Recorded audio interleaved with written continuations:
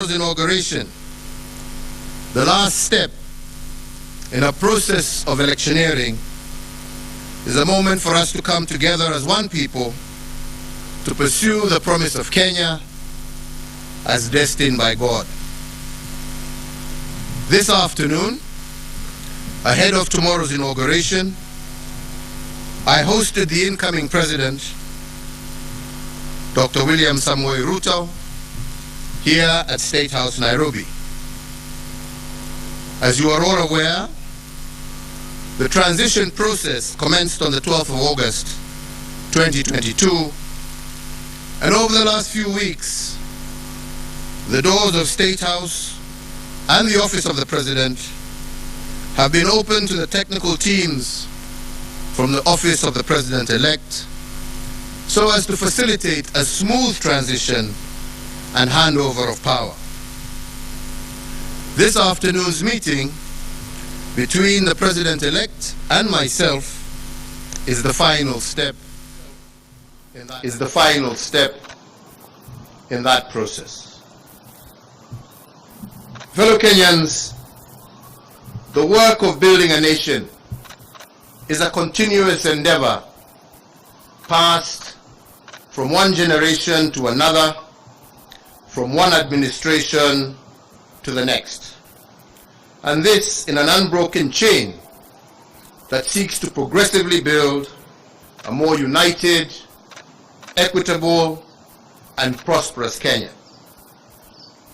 On my part, as head of state and government, I hand over leadership of a nation that has undergone consequential transformation over the last decade in every aspect of our national life. With the mandate you bestowed upon me, my administration, together we have fostered an integrated devolution as a way of life in our country.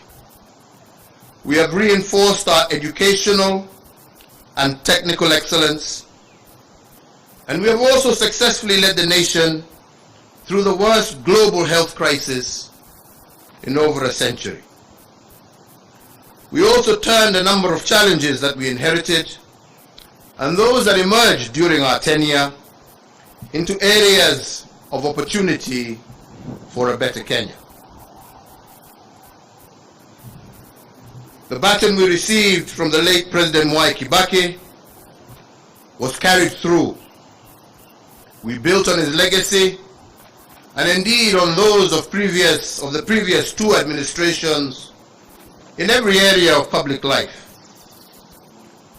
We built on the late President Daniel Arap Moi's love for education that was further built upon as free primary education by President Mwai Kibaki, and with the mandate that you gave me, we institutionalized free secondary education, thus heralding a 100% transition from primary to secondary education. To further enhance the competitiveness of our workforce, we have placed the nation on a pathway to competency-based curriculum, which institutionalizes a system that seeks to nurture creativity and innovation in our children. Aware that insecurity can break the chain of our national development and deter the realization of the national anthem's promise of plenty within our borders, we have built on the work done and created a much improved security environment. Critically, we muted the wave of terror attacks that had placed a stranglehold on our nation, reduced crime rates, and secured significant progress in terms of illicit trade in firearms and other long-standing security challenges. We achieved this by retooling our security organs and making them more capable to address the dynamic, contemporary security challenges that Kenya faces. To realize the dream of equitable development, we have fostered and given impetus to the devolved system of governance. In line with the 2010 Constitution, we institutionalized devolution and forever changed the face of Kenya. Through devolution, government is now much closer to the people, with Kenya shillings 2.5 trillion transferred by the national government to the counties from 2013 to date. Now wananchi's needs can be heard and addressed in real time, and the funding transferred to counties can be better aligned to the priorities at the local level. With the mandate you gave us, we pursued the vision of previous administrations for greater economic integration within the East African region and led the push to admit the Democratic Republic of the Congo into the East African community. With this singular move, the East African Community Common Market grew by 90 million people, yielding an expanding market of 300 million persons and the consequent enhanced opportunities for Kenyan enterprises. Building on the place of pride earned by our forefathers, we fortified our global footprint. Our non-permanent membership in the UN Security Council has amplified Kenya's voice on international peace and security matters. Indeed, from 2013 to date, we have had over 100 inbound and outbound state visits, hosting heads of state and government from across the world, and Kenya is now a consequential voice and an undisputed leader in continental and global issues. This has enhanced opportunities for Kenyans in both the diaspora but also within the international civil service. As a consequence, diaspora remittance have increased tenfold over the last decade, and they now stand at an all-time high at over Kenya shillings 400 billion per annum as of 2021, surpassing some of our traditional exports as foreign exchange earner. We have also built on the aspiration of the independence generation to foster inclusivity and gender parity. We have furthered the pioneering spirit of the second administration that elevated women leadership, and in an unbroken chain built on the progress made under the third administration, and we have vastly expanded women's participation in governance and significantly increased the number of women in cabinet and in senior ranks of government as well as our security organs. Indeed, we have built on President Mwai Kibaki's path-breaking investment in infrastructure. We hand over 11,500 kilometers of newly tarmac roads under our administration, doubling the number of kilometers constructed from the dawn of the Republic to 2013.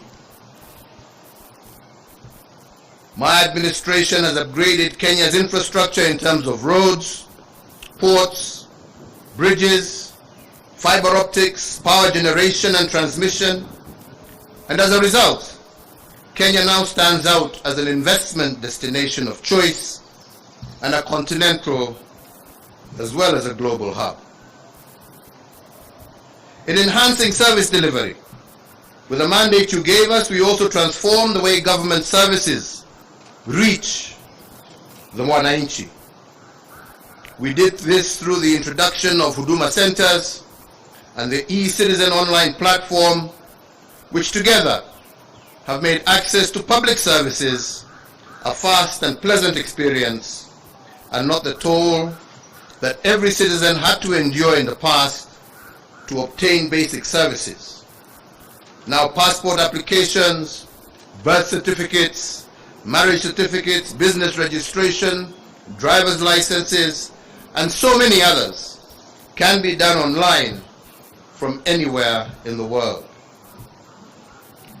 As a digital government, we successfully transitioned from analog to digital television and radio, resulting in the country today being home to 130 TV stations, up from 14 in 2013, and 204 radio stations, up from 130 in 2013. These figures do not factor the massive expansion in the digital space that has seen many hundreds of thousands of Kenyans successfully monetize various digital communication avenues. I have immeasurable pride in having the magical tag of Made in Kenya affixed to a much wider range of products, and my administration has reinvigorated domestic manufacturing and diversified our exports of finished products.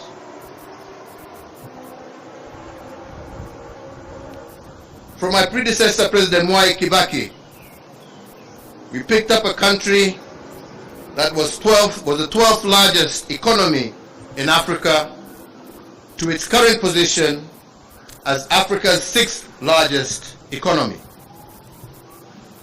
We have almost tripled the wealth of our nation from a GDP of 4.5 trillion in 2013 to close to 13 trillion currently. Consequently, the income per capita also rose sharply from Kenya shillings 127,065 per person in 2013 to Kenya shillings 245,045 per person in 2021.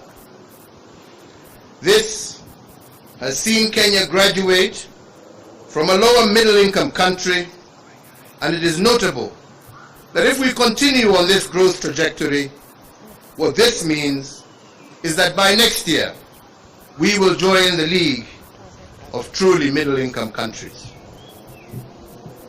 In another milestone as a mark of the growth that we have experienced, our tax revenues have more than doubled from slightly above Kenya shillings 800 billion in the financial year 2012-2013 to Kenya shillings 2 trillion in the financial year 2021-2022. The dream of our forefathers was to rid the country of disease, ignorance, and hunger. And to bring the nation closer to this goal, in addition to the educational gains I highlighted earlier, we have connected more than 13 million Kenyans to clean water and registered a 400% growth in the number of Kenyans issued with NHIF cards, with 17.1 million Kenyans currently issued, compared to 4.4 million issued as at April 2013.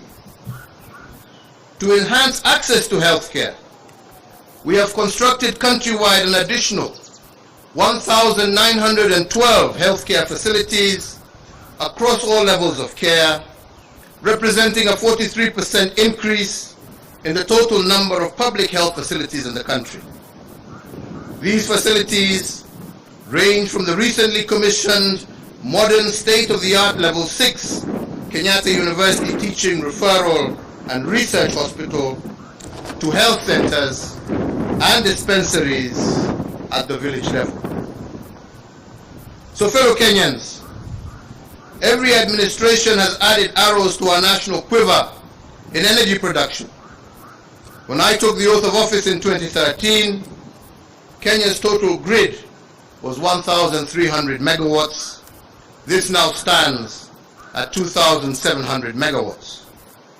But even as we doubled power production, we ensured that our exploits did not break the intergenerational chain of sustainable development. Thus, 80% of the power that Kenya generates is green energy, propelling Kenya to an unenviable position as a continental leader and a pioneering global role model in the generation of green energy. To share in this plenty with all Kenyan families, we have tripled the number of households with access to electricity by connecting an extra 6.3 million households, up from 2.3 million households in 2013. So I therefore hand over in an unbroken chain a country that has connected more people to electricity, more homes to electricity, than any other country in Africa over the last decade. We also heeded that intergenerational call to be conscious, to conserve our heritage and splendor, so as to pass it on to future generations in as good a state as it was given to us, if not better. We have done this by leading a planting campaign where 1.34 billion trees have been planted, moving our forest cover from 6.99% in 2013 to 8.83% in 2022, and increasing our tree cover from 12.3%, thus surpassing the set constitutional threshold of 10% in a record 5 years. As a result of our conservation efforts and other legal and institutional reforms, we have also recorded the lowest levels of poaching in our nation's history, and thus registering the highest wildlife population for our Big Five and a majority of other wildlife species that share Kenya with us. So, fellow Kenyans, while we have made remarkable progress, it is also important that I note and appreciate that building a nation is a journey. There is still much more to be done to move our nation to the next level of development towards realizing our Vision 2030, and the fourth administration, which I had the privilege to lead, has built on the foundation laid on others, upon which the fifth administration can also build. So, fellow Kenyans, let me conclude by saying that to serve one's country is the greatest honor any citizen can receive. It is a sacred trust, and it has been an immense privilege that I have not taken for granted. I thank you all for the immense opportunities you have awarded me to serve in various public roles over the last 2.5 decades, which have included, amongst others, Chairman of the Kenya Tourism Board, Member of the Jomo Kenyatta University Council, Chairperson of the Disaster Emergency Response Committee, a Member of Parliament for Gatundu South, a Cabinet Minister serving in the Ministries of Local Government, the Ministry of Trade, the Ministry of Finance, the Leader of the Official Opposition, Deputy Prime Minister, and as the President of this Republic.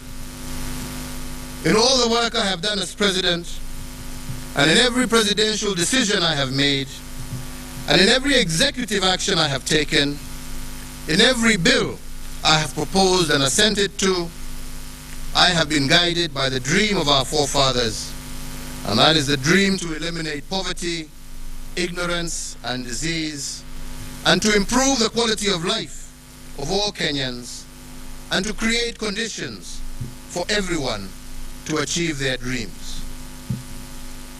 As a hallmark of our democracy, therefore, I will tomorrow, before God and you, my fellow countrymen, hand over the instruments of power to our new president at the Moi International Sports Center, Kasarani. And with that, the fourth administration will come to an end, and the tenure of the 5th administration will begin. My entire family and I join all Kenyans in wishing the very best to our next president, Dr. William Samoei Ruto, and extending to him our warmest congratulations for receiving the mandate of Kenyans to lead us as our 5th president. And so, Mr. President-elect, as you walk the path to your inauguration and beyond, you will be the president not just for those who voted for you, but for all Kenyans. In the prophetic words of our national anthem, we are summoned to purposefully dwell in unity, peace, and liberty, working hard and together so that plenty may be found within our borders. I therefore wish and pray for your success, as your success will be Kenya's success. I thank you all. May God bless you, and may God bless this great Republic of Kenya. Asante sana.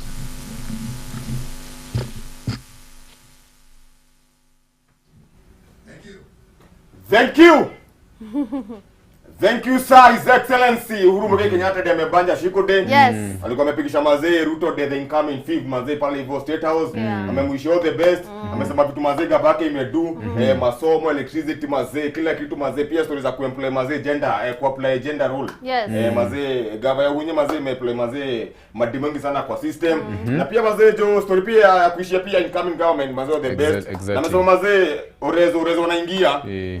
Si urezo tu wala waswali kumvotia, ni urezo wa kila msee. Mazee msee alikuwa haja mvotia na mwenye nimvotia. Toa kila mazee His Excellency mazee the 4th His Excellency Uhuru Muthenya Kenyatta de all the best baba yo. God akubless, abless familia yako, na pia the incoming 5th Dr. William Samoei Ruto de mazee. Tuliambia Wakenya mazee hakikisha mazee happen. Mazee cost of living mazee issue